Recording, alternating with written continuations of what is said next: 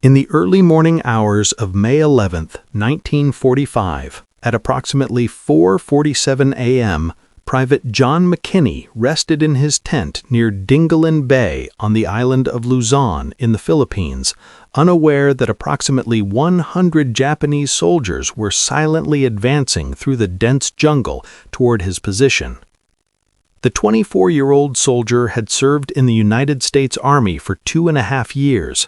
Born and raised as the son of a sharecropper in Georgia, McKini had received only a third-grade education before circumstances led him to enlist in the military.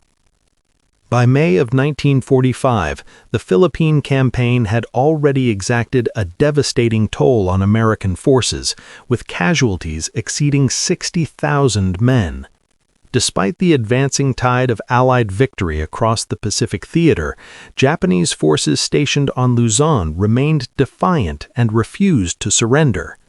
These determined enemy units continued to launch aggressive nocturnal assaults, dawn raids, and suicidal charges against American defensive perimeters throughout the island. Company A of the 123rd Infantry Regiment, which was part of the 33rd Infantry Division, had established a defensive outpost near Dingalan Bay in Tayabas Province.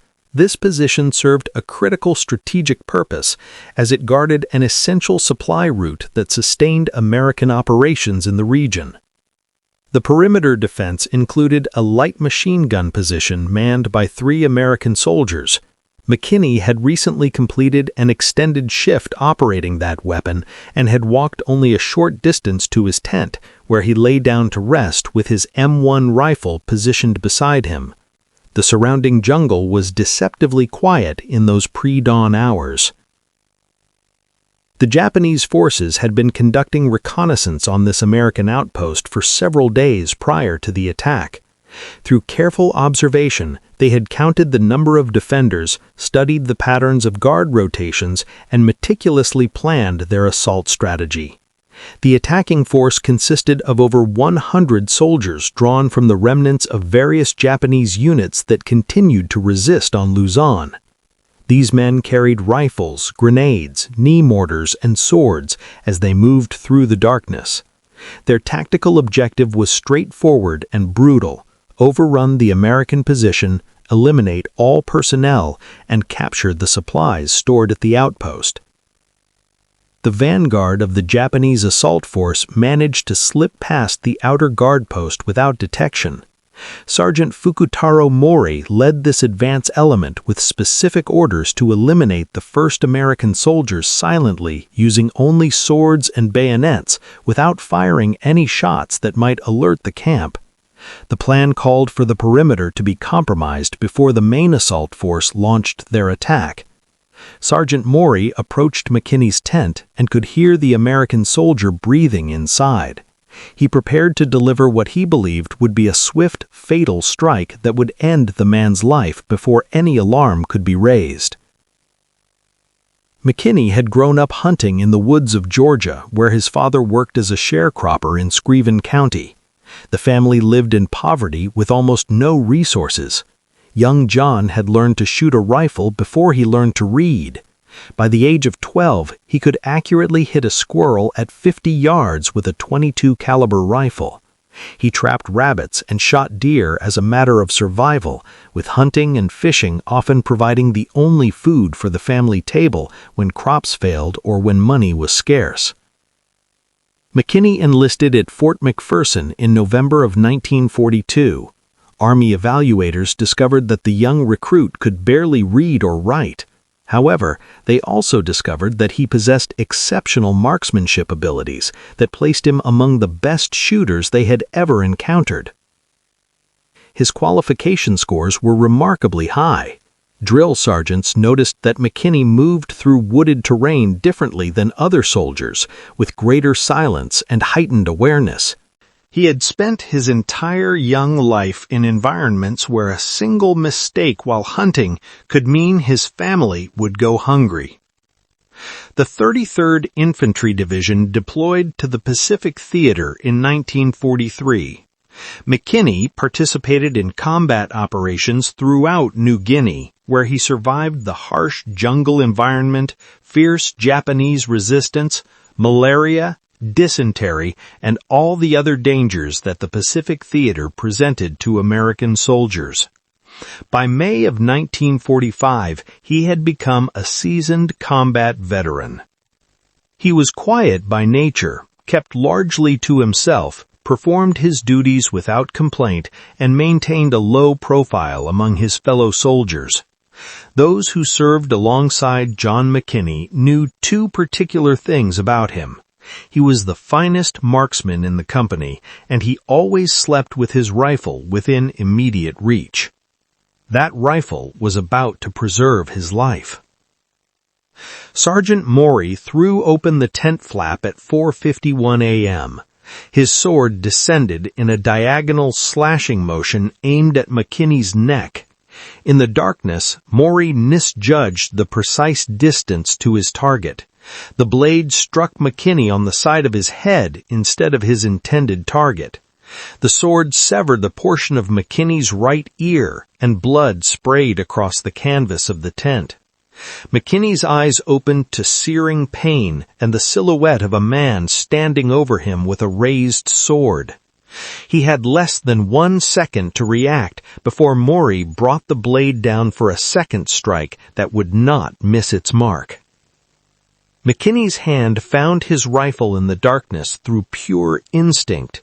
He did not take time to aim or think through his response. 24 years of survival instinct took complete control. He swung the M1 rifle like a club, and the rifle butt connected with Maury's chin with sufficient force to shatter bone. The Japanese sergeant staggered backward from the impact. McKini swung the rifle again, and the second blow crushed Maury's skull. Outside the tent, McKini could hear numerous footsteps moving rapidly through the camp. The main assault had commenced. Blood flowed heavily from his ear. His head rang from the sword strike. Somewhere in the darkness, nearly 100 Japanese soldiers were advancing with the intention of killing everyone in the American camp. McKini grabbed his rifle and stepped outside his tent. What he observed made his blood run cold. The machine gun position stood 30 yards from his tent. 3 American soldiers had been manning that weapon when he had gone to rest. Now he could see muzzle flashes in the darkness, heard screaming, and distinguished the distinctive crack of Japanese Arisaka rifles mixing with the heavier reports of American M1 Garand rifles. Japanese soldiers were pouring through the perimeter from the northeast direction in successive waves. The first wave had already reached the machine gun emplacement. McKini could see figures struggling in the darkness around the gun pit. His mind processed the tactical situation within seconds. The machine gun represented the key to the entire defensive position. It provided covering fire for the main approach to the American camp. If Japanese forces captured the weapon and turned it around to face the American positions, they could sweep the entire perimeter with devastating machine gun fire. Every American soldier in Company A would face almost certain death. McKini ran toward the gun position. The 2 soldiers who had replaced him at the machine gun were fighting desperately for their lives. Private James Hendricks had sustained a bayonet wound to the shoulder within the first seconds of the attack. The 3rd man at the position, recognizing that Hendricks was wounded, made a critical decision. He grabbed his injured comrade and dragged him toward the rear of the perimeter. This was the correct tactical decision, as Hendricks would have bled to death if left behind. However, this action meant the machine gun now stood undefended and vulnerable to capture. 10 Japanese infantrymen reached the emplacement before McKini could arrive. They swarmed over the sandbag wall surrounding the position. One soldier immediately began attempting to turn the gun around to face the American lines. The other soldiers provided security, holding their rifles pointed outward and watching for any American counterattack.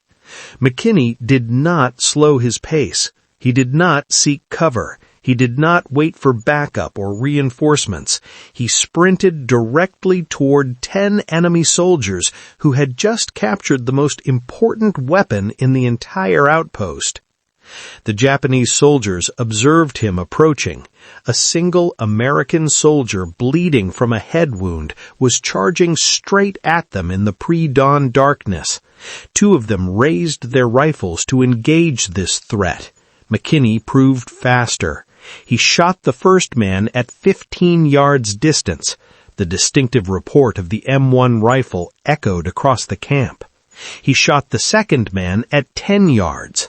By the time he reached the sandbag wall, he had fired 4 rounds, and 4 Japanese soldiers lay dead or dying.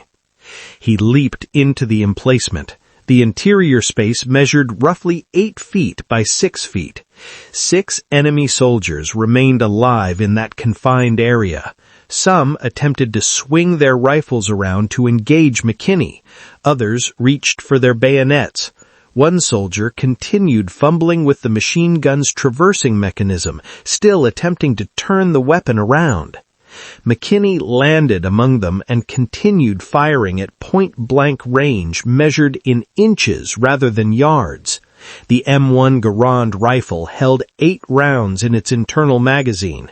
He had already expended 4 rounds. He placed the next 3 rounds into 3 additional Japanese soldiers at extremely close quarters. 1 round remained.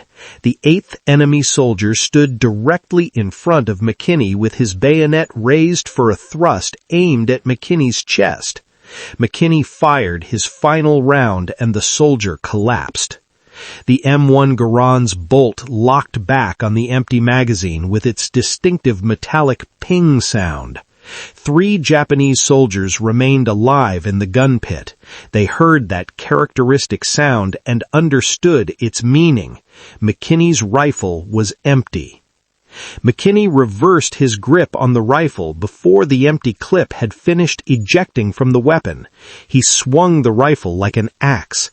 The walnut stock connected with the first soldier's temple, and the man collapsed unconscious or dead. McKini swung again. The second soldier attempted to block the blow with his forearm. The rifle butt shattered bone and continued into his skull. The third soldier lunged forward with his bayonet. McKini sidestepped the thrust and brought the rifle down forcefully on the back of the man's neck. The sound of cracking vertebrae was audible even amid the chaos of battle.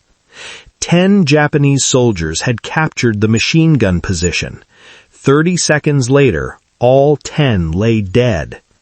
McKini reached for the machine gun, his hands finding the receiver of the weapon. Something was immediately wrong. During the fierce struggle, the weapon had sustained damage. The bolt mechanism was jammed. The feed tray had been bent out of alignment. He cycled the charging handle twice in an attempt to clear the malfunction. Nothing happened. The weapon would not fire. The most important defensive weapon in the entire perimeter had been rendered useless. McKini looked up from the damaged machine gun. Dawn was beginning to lighten the eastern horizon, and in that gray early light he could see additional Japanese soldiers. Many more enemy troops were regrouping at the edge of the jungle, clearly preparing for the next wave of assault.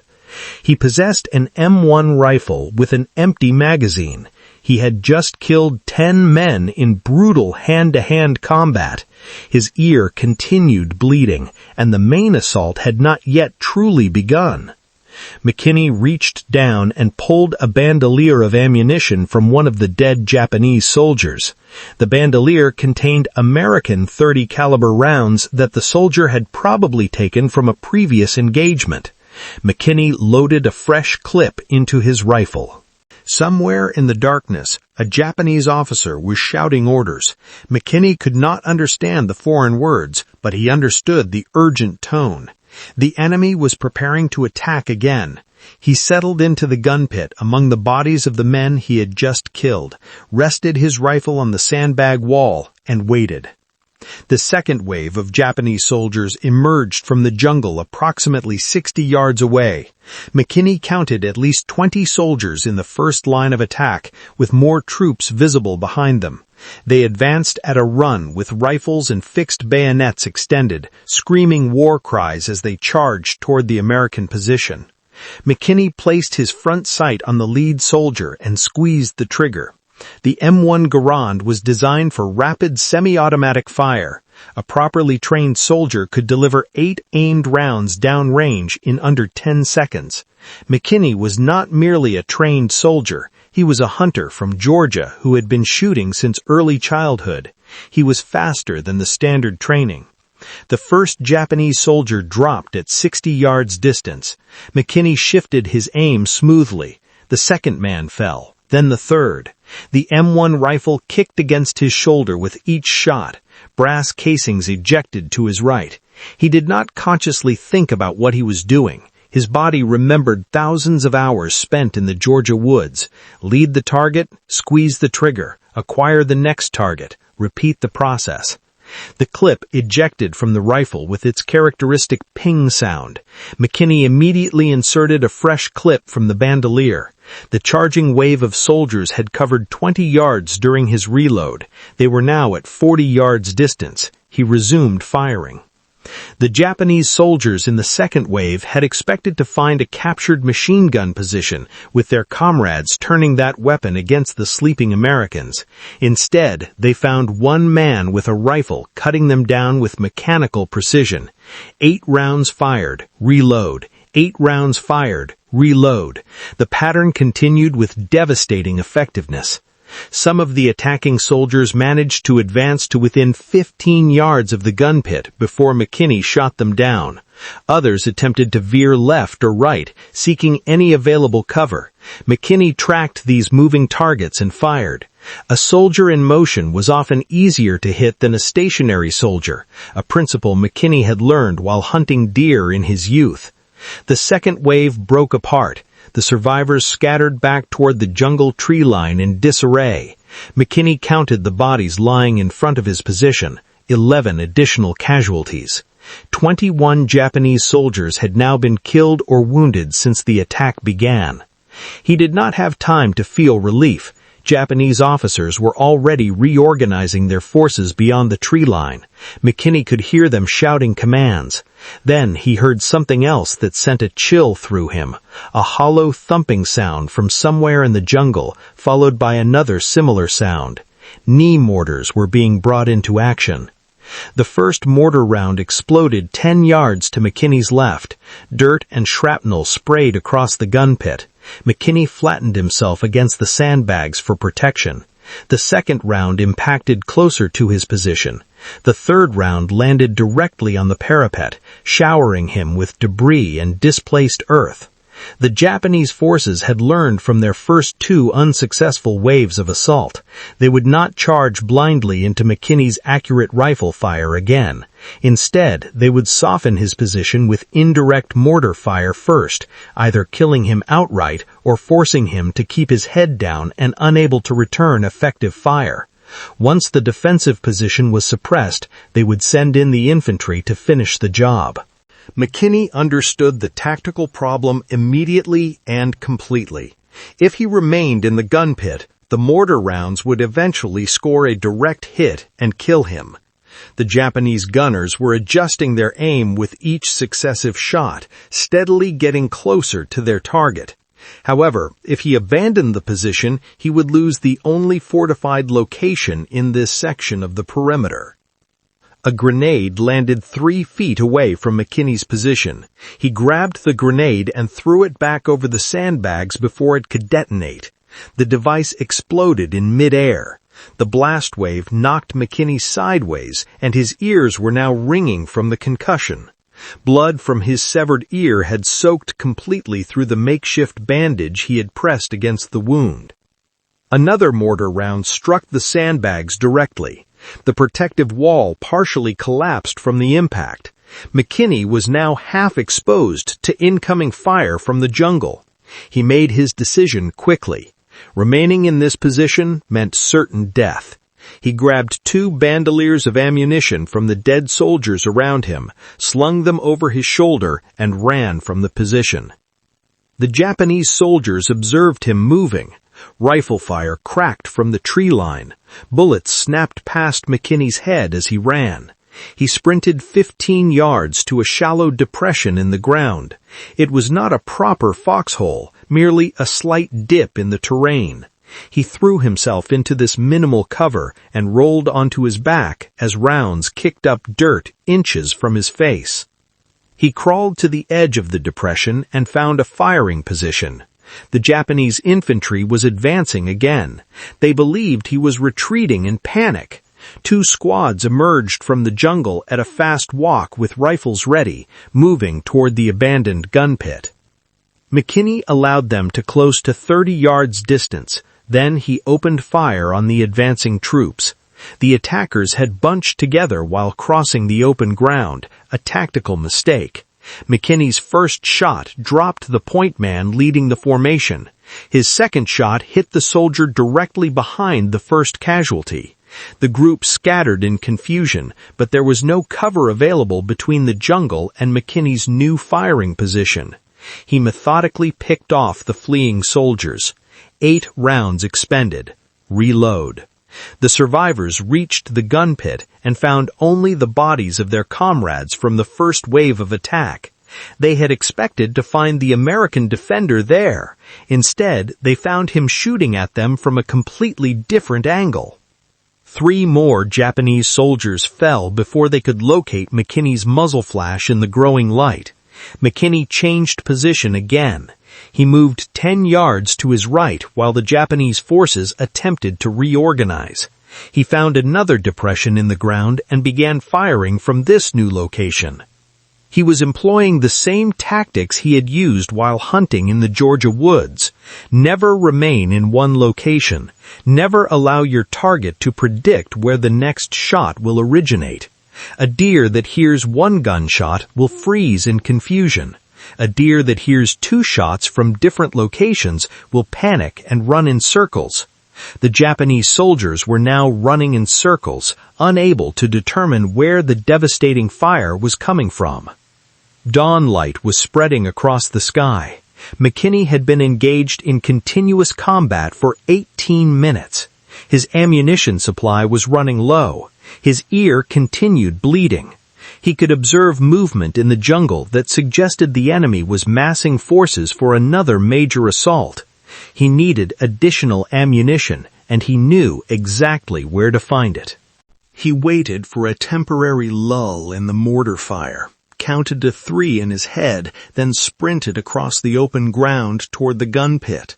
Rifle fire erupted from the tree line as the enemy spotted his movement. McKinney ran in a zigzag pattern to make himself a more difficult target. A bullet tugged at his sleeve. Another round cracked past his ear with a sound like a whip crack. He dove the final 5 feet and landed among the bodies he had created 20 minutes earlier. The smell struck him immediately and powerfully, blood and cordite, and the unmistakable copper tang of death filled his nostrils.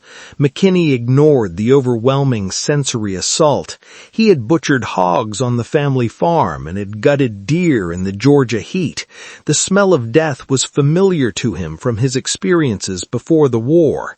He moved quickly through the scattered bodies, grabbing every bandolier he could find and every loose ammunition clip. He discovered 4 American ammunition pouches on dead Japanese soldiers who had probably taken them as trophies from previous engagements. 64 additional rounds. He stuffed the clips into his pockets and belt.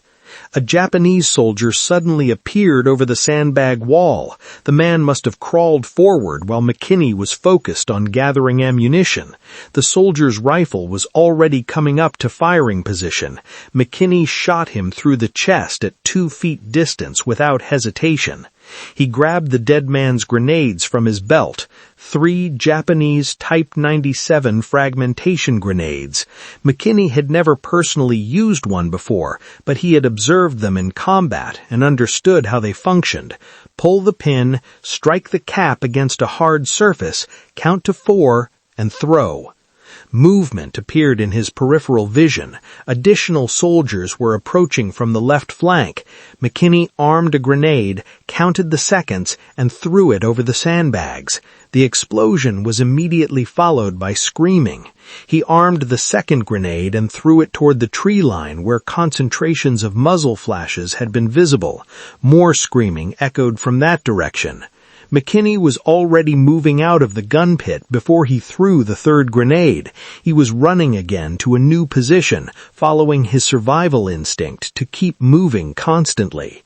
The sky had lightened sufficiently to see clearly across the battlefield. McKini found a shell crater 15 yards from his previous depression and dropped into it for cover. The crater was approximately 3 feet deep, providing sufficient protection from direct fire. From this position, he could observe the entire approach route from the jungle to the perimeter. Bodies littered the ground between his current position and the trees. He counted quickly. 28 casualties, possibly 30. Some of the wounded men were still moving, attempting to crawl back toward their own lines. McKini allowed the wounded to withdraw. He understood that a wounded man required 2 healthy soldiers to carry him from the battlefield. Every casualty he inflicted multiplied the enemy's logistical problems and reduced their effective combat strength. The mortar fire had ceased. McKini understood the reason. The Japanese forces had lost visual contact with him as he moved between positions. Their mortar crews could not adjust fire onto a target they could not observe. He estimated he had 15 to 20 minutes before they repositioned observers to regain contact. He used this precious time to reload every empty clip he carried. His fingers worked automatically through muscle memory. Press the rounds into the clip. Feel for the spring tension. 8 rounds per clip. He had scavenged sufficient ammunition for approximately 10 reloads. 80 rounds total. 80 rounds to hold against however many Japanese soldiers remained in that jungle.